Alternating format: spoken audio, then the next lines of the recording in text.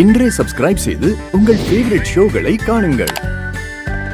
ராணி, நம்பூதிரி 9 நாள் சடங்கு முடிஞ்சு உங்களுக்கான சடங்கு சம்பிரதாயம் எல்லாம் முடிஞ்சாதானே கர்ப்பகால வயிறு தெரியும்னு சொன்னாரு. ஆனா இப்ப எப்படிமா? பொம்மி அக்கா சொன்ன மாதிரி தான் சொல்லி சமாளிக்கணும், வேற வழியே இல்ல.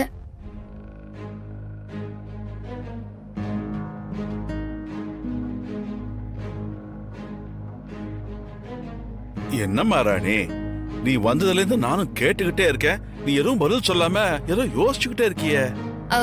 அதெல்லாம் ஒண்ணும் இல்ல தாத்தா.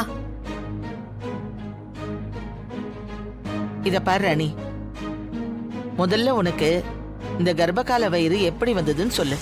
இவ்வளவு பெரிய விஷயத்த தெரிஞ்சுக்காம எங்க யாராலையும் முழுசா சந்தோஷப்படவே முடியாதுமா. ஆமா ராணி, நம்பூதிரி எங்க எல்லார்கிட்டையும் 9 நாள் கழிச்சுதான் வயிறு தெரியும்னு சொன்னாரு. ஆனா இப்போ இது எப்படிமா?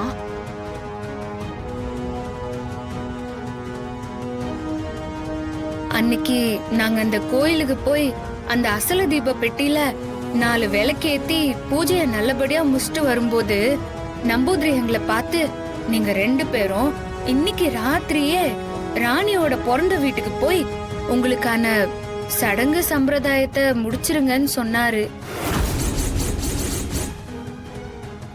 அப்போ அன்னைக்கு பண்ண சொன்னாருன்னா அப்போ நீங்க 2 பேரும் எங்க கிட்ட உண்மையை சொல்லாம ஃப்ரெண்டு வீட்டுக்கு போறேன்னு சொல்லி ஏன் போய் சொல்லணும்?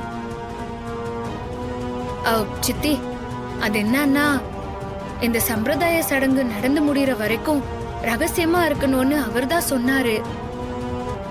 அப்படி யாருக்காவது தெரிஞ்சா இந்த சம்பிரதாயம் பாதியில நிக்கிறதுக்கு கூட வாய்ப்பு இருக்குதுன்னு சொன்னாரு. அப்படி பாதியில நின்னுட்டா அது வயித்துல இருக்கிற குழந்தைக்கு ரொம்ப பெரிய ஆபத்தாயிரும்னு சொன்னாரு. அதான் அவரு இத யாராண்டியும் சொல்லக்கூடாதுன்னு சொன்னாரு. அதுக்கு பயந்து போய் தான் நானும் உங்க யாராண்டியும் சொல்லல. சரி, எது எப்படியோ ஆண்டவன் புண்ணியத்துல நல்ல காரியம் நடந்துருச்சு. ஆமாங்க, இந்த வயிறு தெரியற வரைக்கும் மனசு என்னமோ மாதிரி இருந்தது.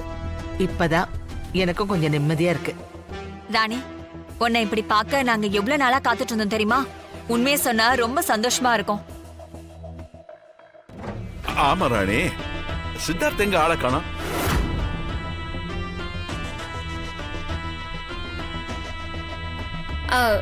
இல்ல தாத்தா, நானும் தாடிகாரனும் தான் வீட்டுக்குள்ளார வந்தோம். வீட்டுக்குள்ளார நுழைஞ்சதுமே தாடிகாரனுக்கு ஏதோ போன் வந்துச்சு. உடனே ஒரு எமர்ஜென்சின்னு சொல்லிட்டு கொஞ்ச நேரத்துக்கு முன்னாடி தான் கிளம்பி போனா. இந்த நேரத்துல அப்படி என்னம்மா எமர்ஜென்சி? இரு, நான் போன் பண்ணி பாக்குறேன். தாத்தா தாத்தா, வேணாம் தாத்தா, இப்பதானே கிளம்பி போனா, வந்ததும் என்ன ஆச்சுன்னு நம்ம கேட்டுக்கலாம்.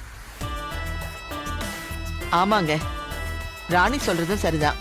இப்பதானே கிளம்பி போயிருக்கா, வண்டி ஓட்டிட்டு இருப்பான். எங்க போயிட போறா? வேலை முடிஞ்சதும் வீட்டுக்கு தானே வந்து சேரணும். அப்ப என்ன ஏதுன்னு கேட்டுக்கலாம், சரியா?